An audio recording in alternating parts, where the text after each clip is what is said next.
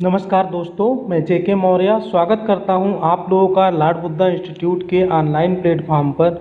दोस्तों, हम लोग राजनीति विज्ञान यानी कि सिविक्स नागरिक शास्त्र इसमें घटना चक्र से क्वेश्चंस को चैप्टर वाइज डिस्कस कर रहे थे। तो इसी क्रम में आज हमारा ये तीसरा लेक्चर है जो राज्य पर आधारित है। जो फर्स्ट चैप्टर इसमें दिया हुआ है राज्य। तो चलिए हम देखते हैं। पहला क्वेश्चन है हमारा, किसने कहा राज्य पृथ्वी पर ईश्वर की गति है? ऑप्शन है हमारा बेंथम, जे एस मिल, कार्ल मार्क्स या फिर हीगल। तो इसमें दोस्तों हमारा ऑप्शन डी सही है, हीगल है। हीगल ने कहा था कि राज्य पृथ्वी पर ईश्वर की गति है। हीगल जो है 19वीं शताब्दी के पूर्वार्ध का जर्मन दार्शनिक थे। इन्हें जो है आदर्शवाद का प्रमुख उन्नायक माना जाता है। आदर्शवाद क्या होता है? आदर्शवाद के अनुसार इस जगत की समस्त वस्तुएं और सामाजिक संस्थाएं विचार तत्व की अभिव्यक्ति हैं। आदर्शवाद के अनुसार क्या है कि इस जगत की समस्त वस्तुएं और सामाजिक संस्थाएं विचार तत्व की अभिव्यक्ति हैं। और इसी संदर्भ में हीगल ने यह बात कही है कि और इनके अनुसार राज्य आत्मा के पश्चात विकास का प्रतीक है। यह ईश्वर की महायात्रा का अंतिम पड़ाव है। क्वेश्चन नंबर सेकंड है, निम्न में से किस विद्वान ने समाज को ईंट तथा राज्य को सीमेंट कहा है? ऑप्शन है आशीर्वादम ने, दूसरा है गिलक्रिस्ट ने, तीसरा है गेटेल ने और चौथा है गार्नर ने। तो इसमें हमारा ऑप्शन ए सही है। आशीर्वादम ने समाज को ईंट और राज्य को सीमेंट कहा है। और जो इनकी एक बुक है राजनीति विज्ञान, इनकी एक बुक है दोस्तों राजनीति विज्ञान, और इसमें एक चैप्टर है राज्य का स्वरूप। ठीक है, इस अध्याय में राज्य और समाज के मध्य संबंधों पर विस्तृत चर्चा इन्होंने किया है। और इसी में ये चर्चा करते हुए ये स्टेटमेंट उन्होंने देते हैं। और बार्कर का भी इसी तरह का एक स्टेटमेंट है राज्य और समाज के मध्य संबंधों पर। इन्होंने कहा है कि समाज राज्य द्वारा कायम रखा जाता है। समाज जो है राज्य द्वारा कायम रखा जाता है, और यदि समाज इस प्रकार कायम न रखा जाए तो इसका अस्तित्व ही नहीं रहेगा। और इन्होंने क्या कहा था कि इस राज्य को सीमेंट कहा था। अब आप सोचिए, अगर सीमेंट नहीं होगा तो क्या ईंट रुक सकता है? नहीं रुक सकता है ना। तो इसकी महत्व राज्य का इन्होंने बताते हुए इस तरह से कहा था। नेक्स्ट क्वेश्चन है, मानवीय संबंधों के उस किसी भी अस्थायी रूप को राजनीतिक व्यवस्था कहेंगे जिसमें महत्वपूर्ण अंगों में शक्ति, शासन अथवा सत्ता अंतर्ग्रस्त हो। ठीक है, यह परिभाषा किस विद्वान की है? ऑप्शन है गार्नर, सीले, रॉबर्ट डहल या फिर गोएटिल। ठीक है, तो इसमें हमारा ऑप्शन सी सही होगा। ये रॉबर्ट नहीं है दोस्तों, रॉबर्ट डहल है, प्रिंटिंग मिस्टेक है। रॉबर्ट डहल औप्शन सी सही है। ठीक है, रॉबर्ट डहल ने ये बात कही है। चलिए नेक्स्ट क्वेश्चन की तरफ आगे बढ़ते हैं। नेक्स्ट क्वेश्चन है हमारा, औचित्यपूर्ण शक्ति है। औचित्यपूर्ण शक्ति क्या है? प्रभाव है, ज्ञान है, धन है या फिर सत्ता है? तो औचित्यपूर्ण शक्ति क्या है? सत्ता है। ठीक है, सत्ता को ही औचित्यपूर्ण शक्ति कहा जाता है, क्योंकि सत्ता के निर्णयों का लोग स्वभावतः पालन करते हैं। और इस सबसे बड़ी जो बात होती है वैधता होती है, लेजिटिमेसी होती है। अगर मान लीजिए आपको पावर दे दिया जाए और उसको कोई माने ही ना, उसकी कोई वैधता ही ना हो, तो उसका क्या मतलब है? कोई मतलब नहीं है। चलिए नेक्स्ट क्वेश्चन की तरफ आगे बढ़ते हैं। मैकियावेली के अनुसार व्यक्ति प्राकृतिक रूप से स्वार्थी, दुष्चरित्र और अवसरवादी है। व्यक्ति प्राकृतिक रूप से सामाजिक है। व्यक्ति अच्छे और बुरे का सम्मिश्रण है। इनमें से कोई नहीं। मैकियावेली दोस्तों बहुत इंपॉर्टेंट है। और मैकियावेली भी जो है हाब्स की भांति इनकी एक मैकियावेली की कीर्ति है, इनकी एक रचना है द प्रिंस। और द प्रिंस में मैकियावेली ने मनुष्य के बुरे स्वभाव का चित्रण किया है। मैकियावेली की यह धारणा इस तथ्य पर आधारित है कि मनुष्य जो है स्वार्थी है, दुष्चरित्र है और अवसरवादी होता है। यदि वह अच्छे बनते हैं तो उसका प्रमुख कारण क्या है? भय। तो कहता है राजा को प्रजा में भय बना के रखना चाहिए। ठीक है, क्योंकि मनुष्य का ये स्वभाव है। चलिए आगे बढ़ते हैं नेक्स्ट क्वेश्चन की तरफ। निम्न में से कौन से एक अरस्तु के विचार ने मैकियावेली को प्रभावित किया? अरस्तु का इसमें से कौन सा विचार है जिसने मैकियावेली को प्रभावित किया? ऑप्शन है नैतिकता और राजनीति का पृथक्करण, दूसरा है राज्य मनुष्य समुदाय का उच्च संगठन है, राज्य जो है मनुष्य समुदाय का उच्च संगठन है, या फिर ऐतिहासिक ये थोड़ा सा प्रिंटिंग मिस्टेक है, ऐतिहासिक विधि या फिर सभी। तो इसमें जो ऑप्शन हमारा सही होगा, चारों ऑप्शन सही है। नैतिकता और राजनीति का पृथक्करण, राज्य मनुष्य समुदाय का उच्च संगठन है, ये भी सही है, और ऐतिहासिक विधि ये भी सही है। ठीक है, तो ये जो विचार हैं ये अरस्तू के विचार ने मैकियावेली को प्रभावित किया है।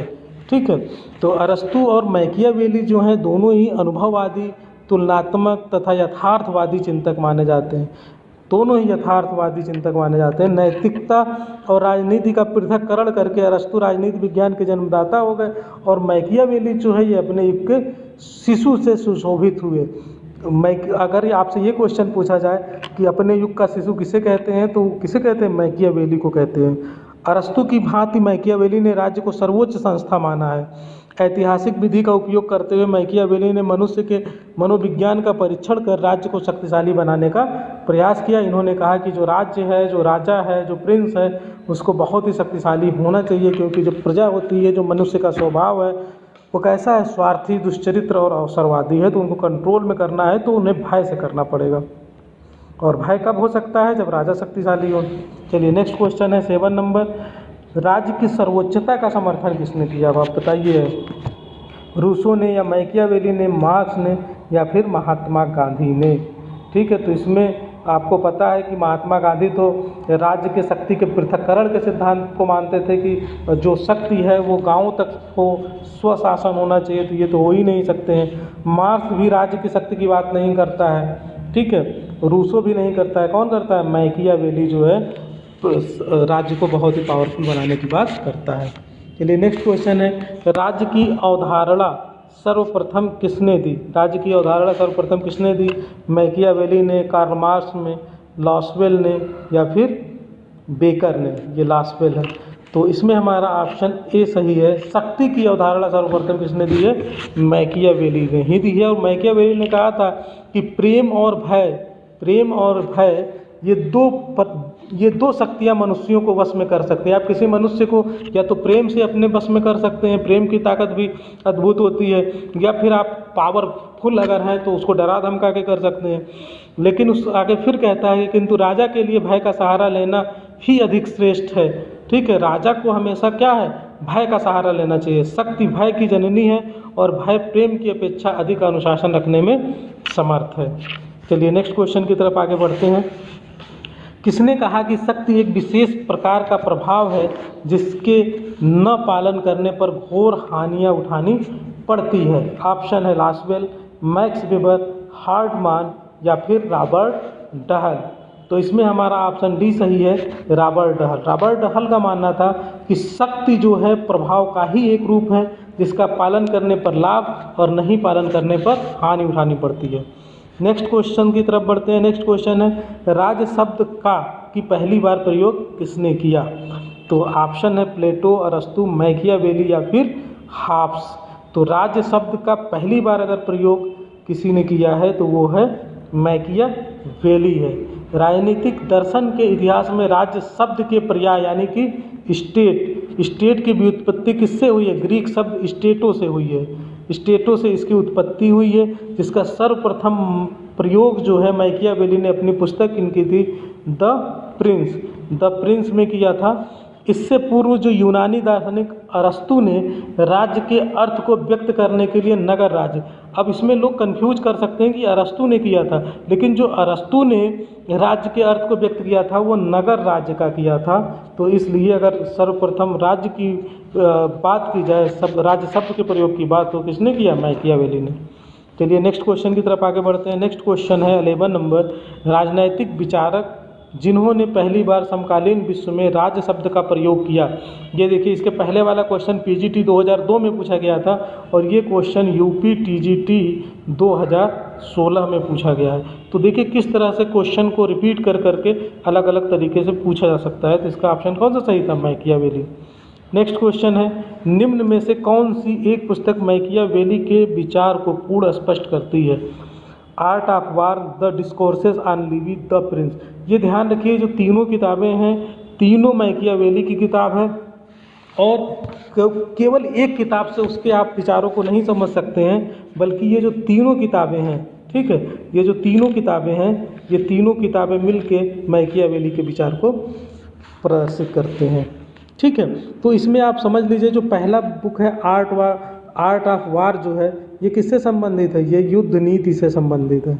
ठीक है, और जो दूसरा किताब है द डिस्कोर्सेस ऑन लिवी, ये राज्य की प्रकृति और उसके स्वरूप को स्पष्ट करती है। और द प्रिंस के बारे में हम लोगों ने चर्चा किया था कि द प्रिंस जो है शासन कला के बारे में बात करता है। चलिए नेक्स्ट क्वेश्चन है हमारा, मैकियावेली के अनुसार राज्य उच्च संघ है जिसमें जनता को राज्य के प्रति समर्पण कर देना चाहिए। राज्य एक कृत्रिम निर्माण है, राज्य विभिन्न संघों में से एक है। तो इसमें से कौन सा सही है? तो इसमें से दोस्तों ये पहला भी सही है और दूसरा भी सही है, क्योंकि मैकियावेली राज्य को उच्च संघ मानता है जिसमें जनता को राज्य के प्रति पूरी तरह समर्पण कर देना चाहिए, राजा जो करे वही सही है। ठीक है, और ये भी इसने माना है कि जो राज्य है वो एक कृत्रिम निर्माण है, मनुष्य के दुष्ट स्वभाव के कारण राज्य का उदय हुआ है, और राज्य का जन्म इसलिए होता है क्योंकि मनुष्य सबसे अधिक सुरक्षा चाहता है, और सुरक्षा तभी प्राप्त हो सकती है जबकि मनुष्य राज्य के प्रति पूर्ण समर्पण कर दे। ठीक है, चलिए नेक्स्ट क्वेश्चन की तरफ आगे बढ़ते हैं। किस राजनीतिक विचारक ने आधुनिक काल में राज्य शब्द का सर्वप्रथम प्रयोग किया? तो इसको हम लोगों ने अभी पढ़ा था। ठीक है, तो आधुनिक काल में सबसे पहले किसका प्रयोग किसने किया है? मैकियावेली है। ठीक है, और इसकी रचना मैंने बताई थी कि कौन सा है, द प्रिंस में उसने इस चीज़ को डिस्कस किया है। और इसी तरह का एक स्टेटमेंट सेवाइन का है, इसको भी देख लीजिए। सेवाइन ने कहा है कि राज्य एक सर्वोच्च राजनीतिक संस्था के रूप में मैकियावेली की लेखनी से ही पहली बार अभिव्यक्ति हुआ, और तब से उसे संप्रभु कहा जाने लगा। बाद में यहीं से संप्रभुता का सिद्धांत प्रतिपादित किया गया जो आधुनिक राज्य का महत्वपूर्ण तत्व है। नेक्स्ट क्वेश्चन की तरफ आगे बढ़ते हैं। अरस्तु की उपेक्षा करने वाला पहला आधुनिक राजनीतिक विचारक कौन है? ऑप्शन है हॉब्स, लॉक, रूसो और मैकियावेली। तो इसमें हमारा ऑप्शन जो सही है वो है हॉब्स। ठीक है, अब जो थॉमस हॉब्स हैं ये अंग्रेज दार्शनिक थे। इनकी एक बुक आई थी दोस्तों, लेवियाथन। ठीक है, लेवियाथन इनकी बुक है जो 1651 में आई। उनके द्वारा हॉब्स के द्वारा लिखी गई बहुत ही प्रसिद्ध पुस्तक है। प्लेटो एवं अरस्तु के परिवार संबंधी दृष्टिकोणों एवं विचार, विशेष रूप से अरस्तु के परिवार संबंधी विचारों पर असहमति रखने वाले थॉमस हॉब्स पहले आधुनिक विचारक थे। चलिए नेक्स्ट क्वेश्चन की तरफ आगे बढ़ते हैं। नेक्स्ट क्वेश्चन है 16 नंबर, मैकियावेली समर्थक था अभिजात तंत्र का, राजतंत्र का, लोकतंत्र का, या इसमें से कोई नहीं? तो लोकतंत्र का भी नहीं था, राजतंत्र का भी नहीं था, तो इसमें ऑप्शन डी सही होगा। मैकियावेली की यह मान्यता थी कि कोई भी एक प्रकार का शासन समस्त परिस्थितियों के लिए श्रेष्ठ नहीं समझा जा सकता है। कुछ स्थितियों में राजतंत्र और कुछ में गणतंत्र सबसे अच्छा होता है। राजतंत्र का निरूपण उसने प्रिंस में और गणतंत्र का उसने डिस्कोर्सेस में किया है। अभिजात तंत्र को तो वह बिल्कुल भी महत्व नहीं देता है। मतलब मैकियावेली किसी एक शासन की बात नहीं करता है, बल्कि राजतंत्र और किसकी बात करता है? गणतंत्र की बात करता है। चलिए नेक्स्ट क्वेश्चन की तरफ आगे बढ़ते हैं। क्वेश्चन नंबर 17 है, ये राजा हो गया दोस्तों। ये क्या है? राजा है। राजा शेर की तरह साहसी और लोमड़ी की तरह चालाक होना चाहिए। ये किसने कहा है? मैकियावेली, प्लेटो, अरस्तु या फिर जे.एस. मिल ने? तो इसमें हमारा ऑप्शन पहला सही है।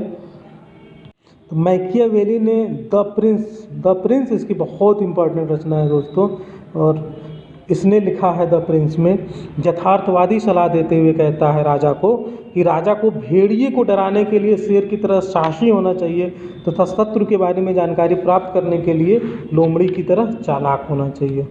चलिए नेक्स्ट क्वेश्चन की तरफ आगे बढ़ते हैं। नेक्स्ट क्वेश्चन है, किसका यह विश्वास था कि व्यक्ति अपने पिता की मृत्यु को भूल सकता है परंतु उसकी संपत्ति की हानि को नहीं भूल सकता है? तो देखिए महत्व कितना दे रहा है, ये मैकियावेली ही है, सीधे मैं बता दे रहा हूँ। और मैकियावेली संपत्ति को संपत्ति के प्राधिकार को बहुत ही महत्वपूर्ण मानता था और इसलिए वो राजा को, शक्तिशाली राजा को भी लोगों की संपत्ति को लेने या छीनने से मना कर दिया था। उसका मानना था कि संपत्ति का अधिग्रहण कालांतर में विद्रोह का कारण बन सकता है, इसलिए अगर राजा को चाहता है कि जनता उसके साथ रहे तो फिर किसी की संपत्ति को हानि न पहुंचाए या न छीने। चलिए नेक्स्ट क्वेश्चन हमारा 19 है। किसने राज्य का इस प्रकार वर्णन किया कि यह संपूर्ण विज्ञान में साझेदारी है, संपूर्ण कला में साझेदारी है, प्रत्येक सद्गुण और सभी पूर्णता में साझेदारी है? तो ऑप्शन है एडमंड वर्क, अरस्तु, मैकाइवर या फिर मॉर्गन। तो इसमें हमारा जो ऑप्शन ए है एडमंड वर्क, ये सही है। व्यक्तिवादियों की यह धारणा कि राज्य एक आवश्यक बुराई है वर्तमान समय में स्वीकार नहीं किया जाता है। वास्तव में यह सभ्य जीवन की प्रथम आवश्यकता है। ठीक है, राज्य जो है सभ्य जीवन की प्रथम आवश्यकता है। जो व्यक्तिवादी थे, जो उदारवादी थे, वो कहते थे कि राज्य एक आवश्यक बुराई है, लेकिन अब क्या माना जाता है कि नहीं, ये जरूरी है, अच्छाई है। नैतिक जीवन के मार्ग में आने वाली अशिक्षा, अज्ञानता तथा दरिद्रता आदि बुराइयों को दूर करते हुए राज्य व्यक्ति के नैतिक विकास का सफलतापूर्वक प्रयत्न करता है। सभ्य जीवन की अवस्थाएं प्रदान करते हुए उसे व्यक्तित्व के विकास की ओर प्रेरित करता है। और इसी संदर्भ में बर्क ने कहा है, बर्क का स्टेटमेंट एक है, याद रखिएगा, राज्य सभी विज्ञानों, सभी कलाओं, सदाचार व पूर्णता में मनुष्य का साझीदार है।